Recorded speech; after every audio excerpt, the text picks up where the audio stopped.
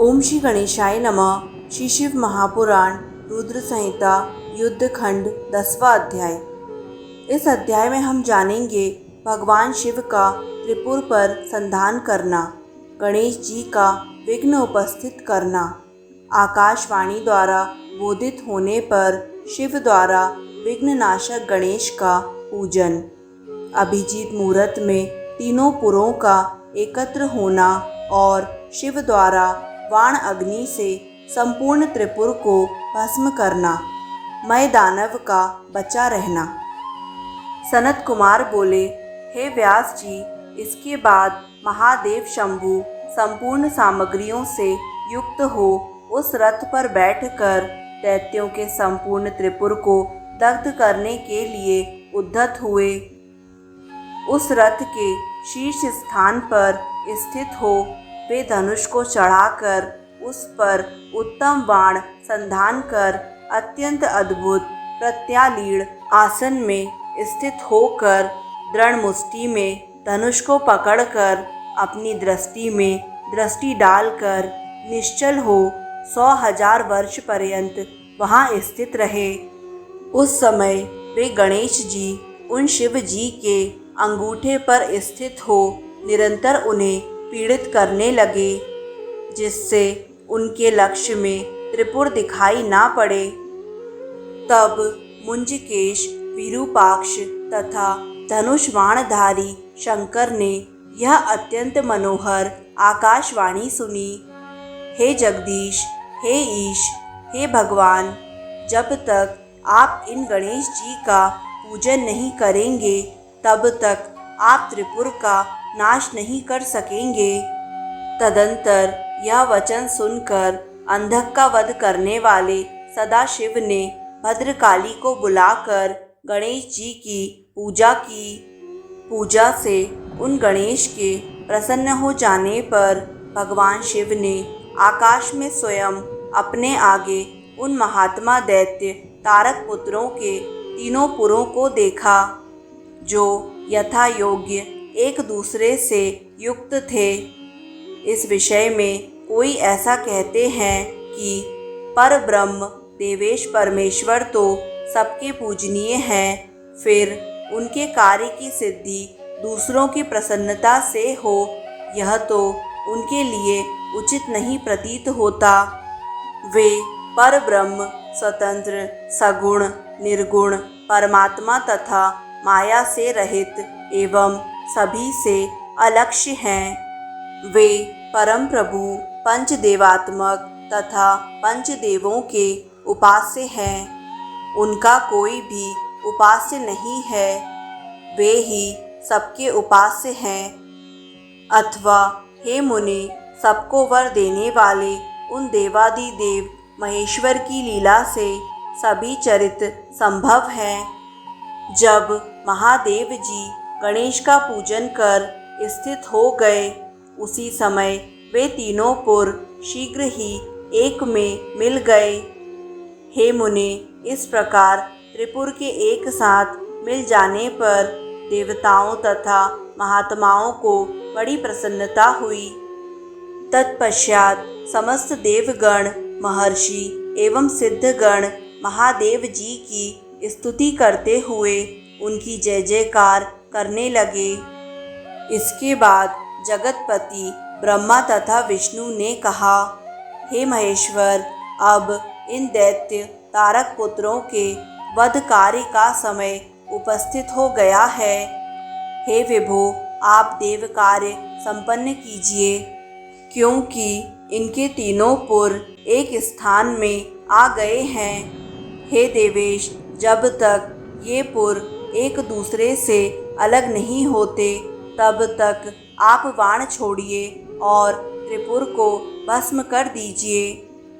तब शंकर जी ने धनुष की डोरी चढ़ाकर उस पर बाण रख कर त्रिपुर संहार के लिए अपने पूज्य पाशुपतास्त्र का ध्यान किया। उसके बाद श्रेष्ठ लीला विशारद शिव जी किसी कारण से उन पुरों को निरादर की दृष्टि से देखने लगे। आप विरूपाक्ष हैं, और इन तीनों पुरों को क्षण मात्र में दग्ध करने में समर्थ हैं तथा सज्जनों की एकमात्र गति है। यद्यपि आप देवेश्वर अपनी दृष्टि मात्र से तीनों लोकों को भस्म करने में समर्थ हैं, किंतु हम लोगों के यश को बढ़ाने के लिए आप इन पर अपना बाण छोड़िए। इस प्रकार जब विष्णु, ब्रह्मा आदि समस्त देवताओं ने महेश्वर की स्तुति की, तब उन्होंने उसी बाण से तीनों पुरों को भस्म करने की इच्छा की। उन शिव जी ने अभिजीत मुहूर्त में उस अद्भुत धनुष को खींचकर उसकी प्रत्यांचा की टंकार से अत्यंत दुस्सह शब्द करके और उन असुरों को अपना नाम सुनाकर तथा उन्हें ललकारते हुए करोड़ों सूर्यों के समान दैदीप्यमान बाण छोड़ा। पापनाशक जाज्वल्यमान अग्निफलक से युक्त तथा तीव्रगामी उस विष्णुमय बाण ने त्रिपुर में रहने वाले उन तीनों दैत्यों को दग्ध कर दिया। इस प्रकार भस्म हुए वे तीनों पुर 4 समुद्रों की मेखला वाली पृथ्वी पर एक साथ ही गिर पड़े और जले हुए वे पुर राख के रूप में हो गए। शिव की पूजा में व्यक्ति क्रम के कारण सैकड़ों दैत्य हाहाकार करते हुए उस बाण की अग्नि से भस्म हो गए। जब भाइयों के सहित तारकाक्ष भस्म होने लगा, तब उसने अपने प्रभु भक्तवत्सल भगवान सदाशिव का स्मरण किया। महादेव की ओर देखकर परम भक्ति से युक्त होकर वह नाना प्रकार के विलाप करता हुआ मन ही मन उनसे कहने लगा। तारकाक्ष बोला, हे भव, मैंने जान लिया है कि आप हमारे ऊपर प्रसन्न हैं। अपने इस सत्य के प्रभाव से आप पुनः भाइयों सहित हमें कब जलाएंगे? हे भगवन, हम लोगों ने वह दुर्लभ वस्तु प्राप्त की है जो देवताओं और असुरों के लिए भी अप्राप्त है।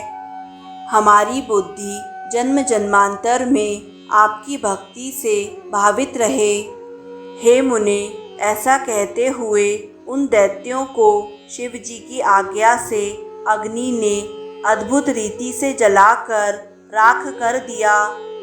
हे व्यास जी, उस अग्नि ने अन्य बालक तथा वृद्ध दानवों को भी शिव जी की आज्ञा से शीघ्र ही जलाकर राख कर दिया।